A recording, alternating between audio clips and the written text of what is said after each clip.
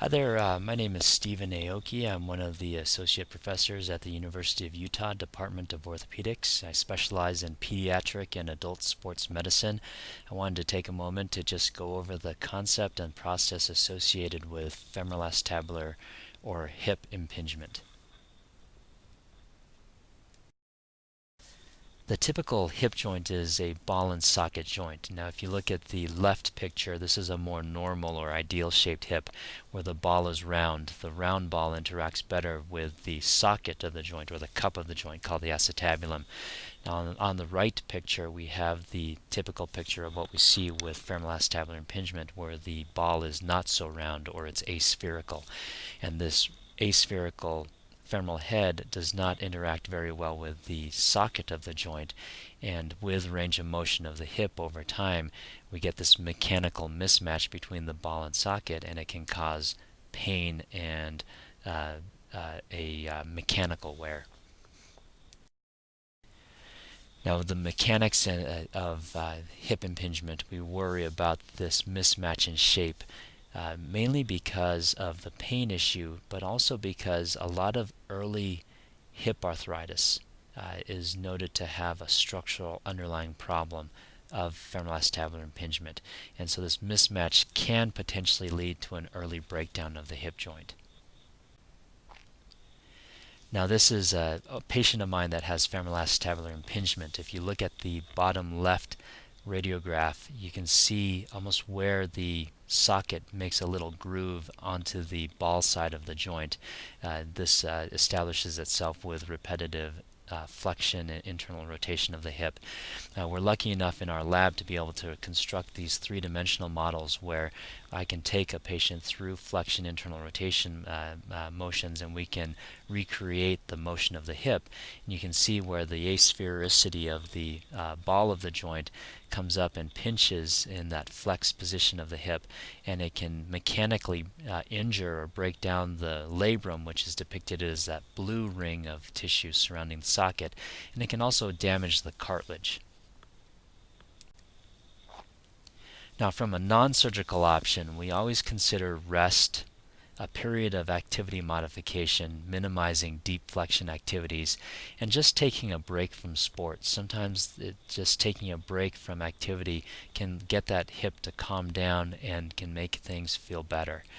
We also recommend over-the-counter pain medication like your anti-inflammatories or Tylenol, and then plus or minus physical therapy. I do think that sometimes therapy can be helpful in calming down the pain associated with the muscles. It may not take away the pinching pain, however.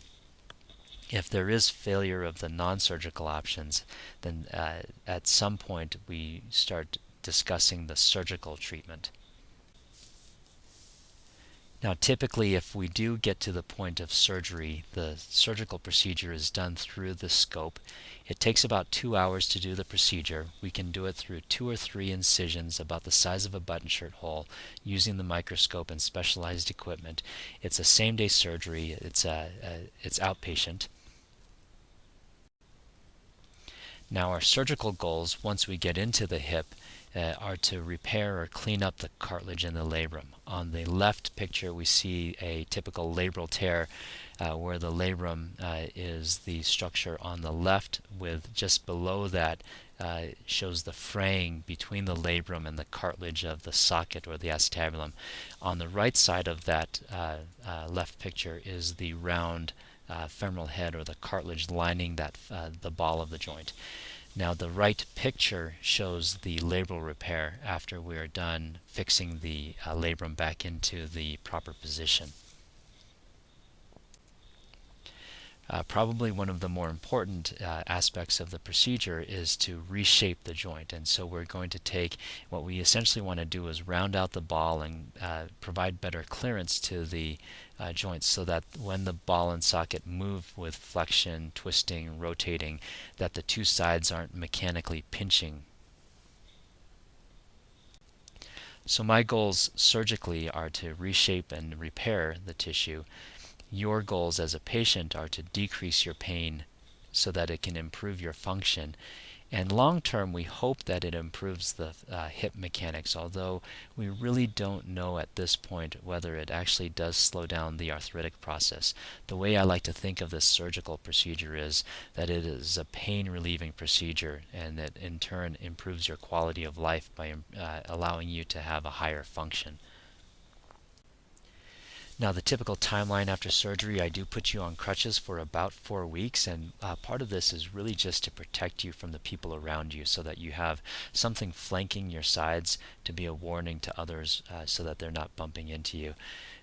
I slowly increase weight bearing over this time. I start off with just having you put your toe down. You can put as much weight through your toe as you feel comfortable, and then as you start feeling like that's too easy, then I let you walk heel to toe almost with a normal stride, putting as much weight through your foot as you would like, but I do have you use crutches when you're leaving the house.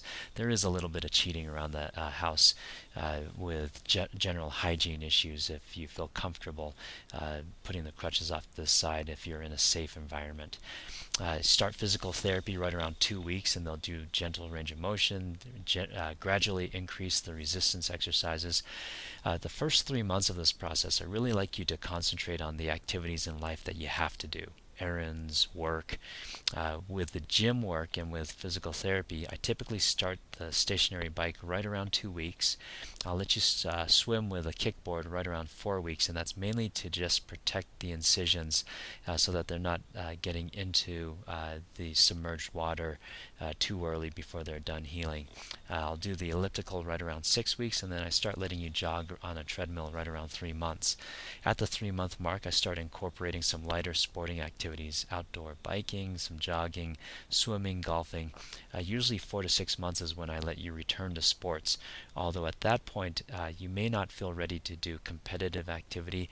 You really have to listen to your body, and if you feel too weak or if you just aren't comfortable enough, just listen to your body and decrease that activity so that you're not so uncomfortable. I usually look at this as a year period where we're continuing to improve, although the improvement after 6 months slows down and gets more gradual as you get stronger.